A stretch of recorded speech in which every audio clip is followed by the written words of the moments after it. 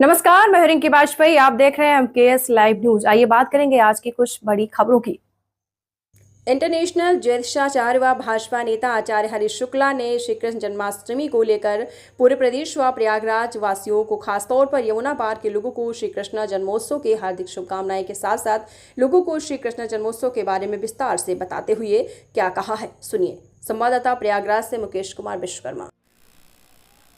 आज जन्मोत्सव पूरे हिंदुस्तान बड़े धूमधाम से मनाई जा रही है। लोगों को संदेश क्या देना चाहेंगे जन्माष्टमी को लेकर के, खासतौर पर यमुना पार लोगों को?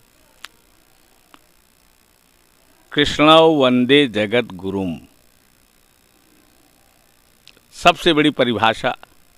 गुरु का मतलब जैसे सूरज के उदय होते ही सारा समाज प्रकाशवान हो जाता है, वैसे भगवान कृष्ण के जन्म से लेकर के और पूरे मृत्यु तक के जितने भी जीवन की क्रियाएं थीं, ज्ञान मार्ग की, कर्म मार्ग की, भक्ति मार्ग की, जितने भी विधाएं हैं पूरे विश्व में मानव जाति के लिए, वो सारी विधाएं पूरे विश्व को धर्म, अर्थ, काम, मोक्ष चारों पुरुषार्थों के अनुसार बढ़ने की और मुक्ति देने की शिक्षा देती है। उन्होंने गृहस्थ जीवन के लिए, विद्यार्थियों के लिए,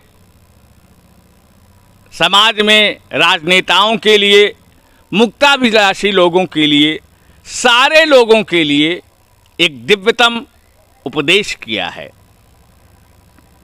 जयतु जयतु देवो देवकी नंदनोऽयं, जयतु जयतु कृष्णः वृष्णिवंश प्रदीपः, जयतु जयतु मेघश्यामलः कोमलांगो, जयतु जयतु पृथ्वी भारनाशो मुकुंदः।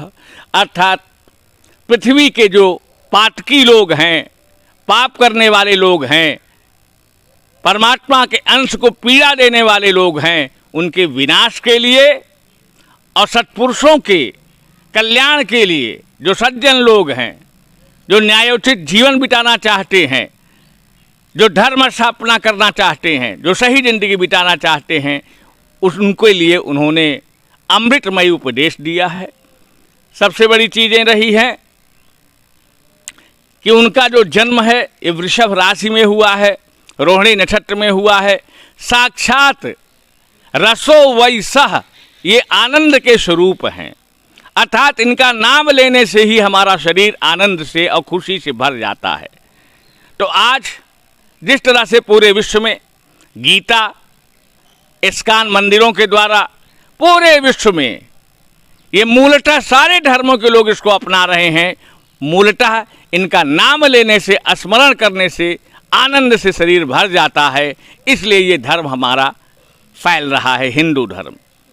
स्वयं भगवान कृष्ण का जन्म एक आश्चर्य था। कारण क्या है कि परम पिता परमेश्वर इनके रूप में प्रकट होकर के मानव जाति को एक दिशा देने का कार्य किया है।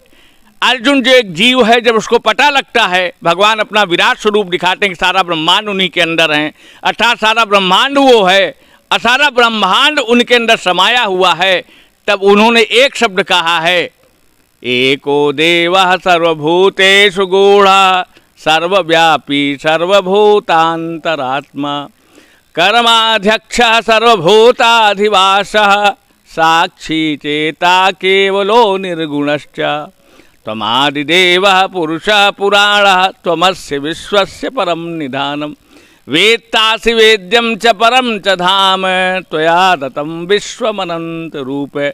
अर्जुन ने भगवान कृष्ण की ब्रह्मांड के मालिक के रूप में व्याख्या की है। हर कण कण में, पंच तत्वों के अंदर, समस्त जीवों के अंदर, जड़ चेतन के अंदर कृष्ण का वास है। अब अगर योग युक्त अगर आपके अंदर ईश्वरीय दृष्टि आ गई है तो हर जगह कृष्ण आपको दिखाई देंगे। यही गीता का मंतव्य है। आज के दिन भगवान कृष्ण का जन्मोत्सव है। भारत भूमि पर उन्होंने जन्म लिया है। हमारे लिए बहुत बड़े गौरव का विषय है। यहाँ से भगवान प्रकट हुए हैं और प्रकट होकर के समस्त ब्रह्मांड, समस्त जीवों को जीने की एक दिशा दी है, एक आशा दी है। जिस समय हमारे देश में तमाम आतताई लोग आए थे, मुसलमानों का शासन था, मुगलों का शासन था, तो हमारे यहाँ मीरा आई, हमारे यहाँ सूरदास आए, हमारे यहाँ चैतन्य महाप्रभु आए, इन्होंने आनंद से भर दिया। तो जितने अत्याचार हो रहे थे, अत्याचार से ओवरकम करके, आनंद से भर करके आज हमारा हिंदू धर्म टॉप पोजीशन में जा रहा है। आज इसी सिद्धांत के अनुसार हम विश्व की 5वीं अर्थव्यवस्था बन चुके हैं। ये सब भगवान कृष्ण की कृपा का ही प्रभाव है, उनके जीवन शैली का ही प्रभाव है। अब उनके जन्म के समय मैं पूरे प्रयागवासियों को, यमुना पार वासियों को, पूरे भारतवासियों को मैं बधाइयाँ देता हूँ। भगवान कृष्ण रोम रोम में है, उनका स्मरण करेंगे, आपके अंदर भगवान कृष्ण अपने आप प्रकट हो जाएंगे। भगवान कृष्ण का हृदय है गीता, गीता मम हृदयम पार्थ। ईश्वर सर्वभूतानि हृदय से वर्तते जुन, सारे जीवों के हृदय में परमात्मा कृष्ण रहते हैं। आप चिंतन करेंगे, आपको अपने अंदर ही कृष्ण दिखाई दे जाएंगे। जय हिंद, जय भारत, जय भगवान कृष्ण की।